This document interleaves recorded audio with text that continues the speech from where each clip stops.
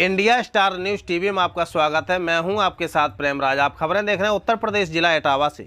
विधानसभा चुनाव चल रहे हैं। 2022 के तहत एडवोकेट एसके निषाद मंडल महासचिव बहुजन मुक्त पार्टी कानपुर मंडल, साथ में डॉक्टर रघुनंदन सिंह निषाद उर्फ मल्ला स्टार प्रचारक प्रदेश महासचिव बहुजन मुक्त पार्टी। हम लोग जनसंपर्क अभियान के तहत इटावा के मड़ैया दिलीप नगर पहुंचकर 2015 में आरक्षण को लेकर शहीद हुए वीर अखिलेश निषाद की समाधि स्थल पर पहुंच श्रद्धांजलि अर्पित कर उनके माता पिता आत्माराम का दुख दर्द सुनकर हम लोग भाव विभोर हो गए। आज का ये कार्यक्रम है, इसका मुख्य उद्देश्य और क्या लक्ष्य है? ये कार्यक्रम का लक्ष्य क्या है मेरे को जानकारी नहीं है। मैं इधर से अपने क्षेत्र पर घूमने निकला था और जनसंपर्क पर निकला हुआ था और उसके साथ पर हमारी की जो अखिलेश निषाद जी हैं उनके शहीद स्थली पर मैं आया तो मैंने इधर देखा कि हमारे निषाद समाज के लोग बड़े पैमाने में यहाँ विरोध जता रहे हैं और उनकी स्थली पर एकत्रित थे। तो मैंने सोचा कि चलिए मैं तो इधर आया ही हूँ तो मैं भी जानना चाहूँगा कि ये किस कारण से नाराज हैं। तो मैं अपनी बात उनके समर्थन में कहना चाहता हूँ। जो लोग इसके विरोध पर हैं, अखिलेश निषाद की शहीद स्थली पर एकत्रित है, डॉक्टर संजय निषाद के जो विरोध में है, मैं अपनी तरफ से भी कुछ संदेश देना चाहता हूं। क्योंकि मैं राष्ट्रीय अति पिछड़ा वर्ग मोर्चा से राष्ट्रीय उपाध्यक्ष होने के नाते पर मेरे समाज के साथ जो अन्याय अत्याचार हुआ है उसके तहत मैं थोड़ी बात रखना चाहूँगा। आज डॉक्टर संजय निषाद को जो फर्श से अर्श तक पहुँचाने वाले जो हमारा निषाद समाज है उस पर बड़ी भूमिका आज हमारे साथ पर ये खड़े हुए हैं आत्माराम निषाद जी, जो अखिलेश निषाद जी के पिताजी हैं और हमारे बीच में उनकी माताजी भी है। तो इनके जो बेटे को जो शहीद होने का जो मुख्य कारण जो रहा है उनको ऊपर ले जाने का, और उनके शहीद होने से ही उनको उनकी आज वैल्यूएशन जो बढ़ी है, समाज की भावनाएं जो उनके साथ जुड़ गई, वो मात्र इनके बेटे की वजह से हुआ।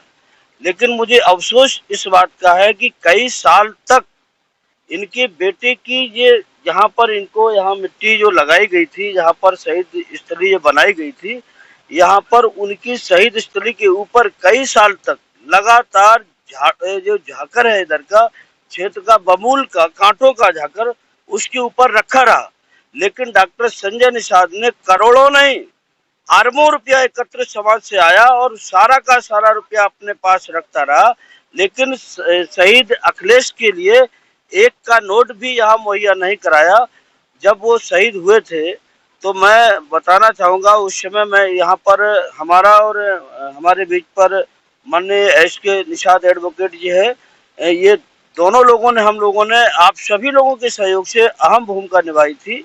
और अखिलेश जी के सहानुभूति पर आज जो उनको बड़े पैमाने में यश मिल रहा है, उस पर आज उन्होंने तोहफा समाज को क्या दिया है, मैं वो थोड़ा सा प्रकाश डालना चाहूँगा। अभी उत्तर प्रदेश की जो 403 सीटें हैं, 403 सीटों पर उन्होंने बीजेपी को समर्थन देके रखा है। उस 403 सीटों में बीजेपी ने उनको मात्र 15 सीटों का एक लॉलीपॉप दिया। 15 सीटों का जो लॉलीपॉप दिया है, उस लॉलीपॉप पर क्या किया है, उन्होंने 1 सीट अपने बच्चे को दिया है, 6 सीट ब्राह्मणों को दिया है, 5 सीटें उन्होंने सवर्णों को दिया है, यानी वो क्षत्रियों को दिया है। जब ये इस तरह से उन्होंने सीटों का बंटवारा किया है, जबकि सारा समाज पूरे उत्तर प्रदेश से इस भावना से उनके साथ जुड़ा था कि ये हमारे निषाद, अगर 15 लोग ही निषाद वहां पर विधानसभा पर पहुंचेंगे तो कम से कम निषाद समाज नेतृत्व करने लायक जिस आरक्षण की बात करते हैं, जिस प्रतिनिधित्व की बात करते हैं, वो आरक्षण के नाम पर हमको ठग रहे हैं। वो आरक्षण के नाम पर हमको ये बताने का काम करते हैं कि जो आरक्षण है वो सिर्फ हमारी नौकर पेशा बनाने का मामला है, जबकि वो प्रतिनिधित्व का मामला है।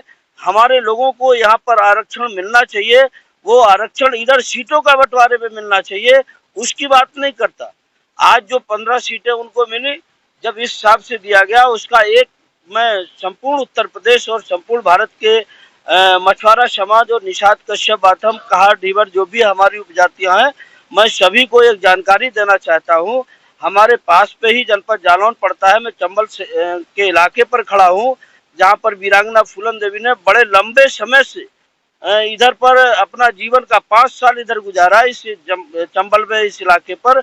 और उसी क्षेत्र पर मैं आपको ये अपनी बात कह रहा हूँ, संदेश देना चाह रहा हूँ पूरे देश और उत्तर प्रदेश को, कि जो भी वोट डालने जा रहे हो, आप लोग ये जान लीजिएगा कि यहाँ जनपद जालौन पर एक सीट पड़ती है कालपी की। वो कालपी सीट पर हमारी वीरांगना फूलन देवी का आवास पड़ता है, यानी जन्मस्थली पड़ती है। और वीरांगना फूलन देवी की हत्या करने वाला कोई और नहीं, वो ठाकुर ही है। और ठाकुर ने ही वीरांगना फूलन देवी की हत्या किया। और वीरांगना फूलन देवी के साथ जो सामूहिक 7 दिन तक लगातार बलात्कार हुआ और लगातार उनके साथ बहुत बुरी हालात से उनको छोड़ा गया, किसी तरह से वो बच गए और उन्होंने अपना बदला लिया समाज के लिए और देश के लिए, संपूर्ण महिला जाति के लिए एक प्रेरणादायक वो महिला बनी। उसी सीट पर आज वो छत्री को उन्होंने टिकट दे करके हमारे समाज को दुत्कारा है, हमारे समाज को नकारा है, हमारे समाज को बुजदिल साबित कर दिया है। और मैं ऐसा अपने सारी संपूर्ण समाज को निवेदन करता हूं कि जिस जगह वो हमारे उसी जन्मस्थली पर, वीरांगना फूलन की जन्मस्थली पर ठाकुर को जिसको टिकट दिया है, उसके हौसले के बारे में भी थोड़ी सी जानकारी देना चाहता हूँ। जिस दिन उनका नामांकन हो रहा था, उस दिन हमारे एक सम्मानित बहुत ही अजीज मित्र, हमारे समाज के होनहार रिटायर फौजी वीरेंद्र निषाद जी, वो जो है अपने प्रदेश अध्यक्ष निषाद पार्टी के साथ पर कालपे पर नामांकन कराने गए हुए थे। मेरी उन पर सीधी डायरेक्ट बात हुआ तो उन्होंने बताया कि उस जिसका प्रत्याशी छोटे जो ठाकुर था, उसने उसको डायरेक्टली फौजी को मारा पीटा, और जिस दिन नामांकन हुआ उस दिन मारा पीटा। सुनने को तो यहाँ तक भी आ रहा है कि जो प्रदेश के भी पदाधिकारी थे, उनके साथ भी खींचा घसूटी हुई है, उनको भी मारा पीटा गया है। लेकिन इस बात की मेरे पास कोई पुष्टि नहीं है, लेकिन फौजी को मारा है ये जरूर है। जब एक वीरांगना ने इतना बड़ा कदम उठा करके हमारे समाज को सीना चौड़ा करके ऊंचा उठा के चलने का गौरव दिया, आज हमारे समाज पर हमारे ये पिता खड़े हुए हैं, ये ऐसे अखिलेश के पिता, हमारे शहीद अखिलेश के पिता खड़े हैं। काश अगर हमारे पिता को उन्होंने ये सम्मान दिया होता, कालपी की सीट लड़ने को दिया होता, तो मैं जिस भी समाज, जिस दल पर हूँ, मैं अपने राष्ट्रीय अध्यक्ष से ऐसा कह सकता था कि मेरा प्रत्याशी उधर मत उतारना और आपको लड़ाने का काम करें और आपको जिता करके वहां पहुंचाते। मैं भी इनको तन मन धन से सहयोग करता, पूरे देश से व्यवस्था कराता, अर्थव्यवस्था जुटाता, लेकिन उसने ऐसा नहीं किया। सारे देश को, सारे प्रदेश को आज मूर्ख बना के रखा है। साथियों, अपना वोट सोच समझ के देना। बीजेपी ने सारे विभागों को खत्म करके, सब कुछ खत्म करके हम लोगों को पुरानी व्यवस्था में लाने जा रही है। बीजेपी अभी बहुत बड़े पैमाने में हम लोगों को गुलाम बनाने जा रही। साथियों, आप लोगों से पुनः इतना ही निवेदन है कि किसी तरह से अपने समाज को, बीजेपी को हराने के लिए हर तरफ से संकल्पित होना चाहिए। और जो व्यक्ति आपको सम्मान दे, जो व्यक्ति आपके समाज को ऊपर उठाने का काम करे, उसको आप लोग सपोर्ट करो, वोट करो। और सवर्णों को कतई ही वोट देने के लिए आप लोग आगे ना आए, क्योंकि अभी हाल ही में औरैया में हमारे एक राजा सिंह निषाद जी को बड़े पैमाने में वहां पर सवर्णों ने इतना मारा, एक वर्तमान फौजी को भी वहां अभी मारा, चुनाव के समय पर मारा, इतना मारा कि वो जो है अभी भी उसकी हालत गंभीर है। उनके पिताजी का माइंड अभी भी डिस्टर्ब चल रहा है और 15 दिन लगभग आईसीयू में रहे फौजी कनो अस्पताल पर। तो ऐसे समाज को हमें धुतकार देना चाहिए। मैं ज्यादा नहीं बताना चाहूंगा, मैं सिर्फ इतना ये दो आपको प्रूफ दिया हूँ कि अगर इनकी सरकार बन गई तो हमारे ऊपर क्या होने वाला है, इसे बचाना है, समाज को गर्दिश से जाने से बचाना है। बहुत बहुत धन्यवाद सभी लोगों को। जय मूलवासी।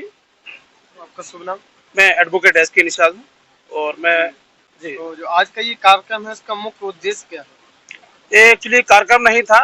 एक्चुअली देखिए, मैं समाज के साथ हमेशा रहा हूँ। जैसे कि मैं बता दूँ, बड़े दुख की बात है,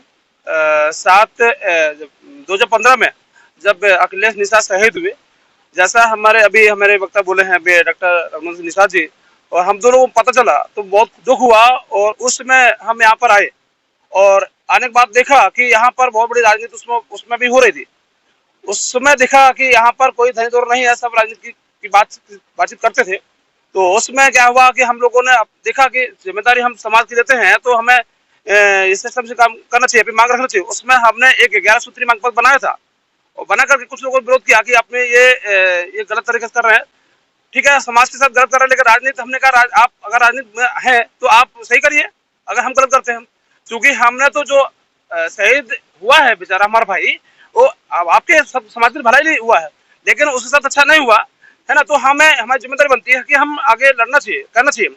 तो इस तरह से उस दिन देख रहे थे, लास्ट तक हम लोग जब रहे यहाँ तक कि सारे लोग चले गए। उसमें हम दोनों आदमी ने रात में शाम तक अधिकारी उसके साथ मिल करके यहाँ शहर की मिट्टी लगवाई।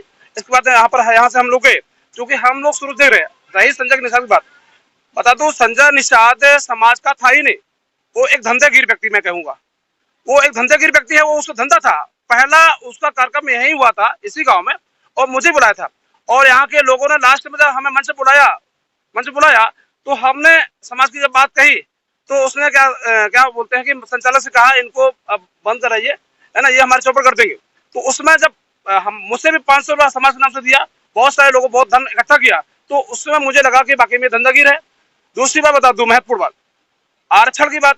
एक तो इधर शहीद करा दिया उसने, आरक्षण शहीद नहीं करा, उसने अपने पार्टी को आगे बढ़ाने के लिए, अपना पेट भरने के लिए, अपने आप को पैसे बनाने के लिए, अपने ऊंचा उठाने के लिए, अपने आप के लिए किया था सब। ये धोखेबाजी समाज साथ किया उसने।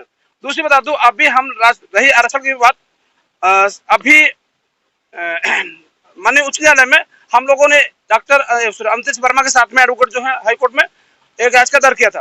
तो संजय निषाद जो हमारा एंटी एडवोकेट था, उसके चैम्बर में जाते थे, उसको सपोर्ट करते थे, उससे कहते थे कि ये किसी तरह होने न पाए।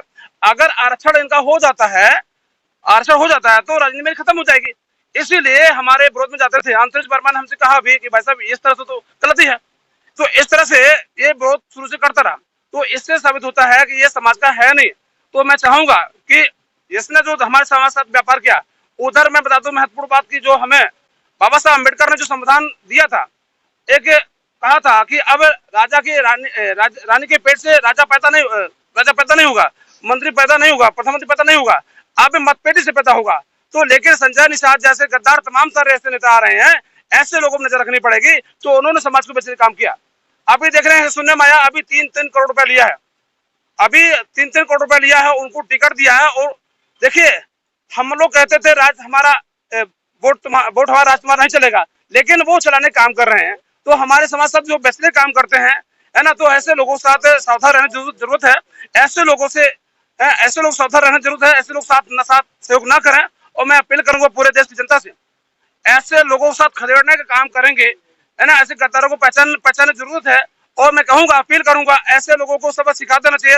अगर यहाँ से शुरू की, मैं कहूंगा अगर उनकी राजनीति यहाँ से स्टार्ट की, यहीं से स्टार्ट खत्म होने की हुई, तो मैं निवेदन करूंगा सारे देश के लोगों से, उनको, उनकी पार्टी को या उनके जो संगठन सहमत लोग सहयोगी दल हैं, उनको बिल्कुल वोट ना करें।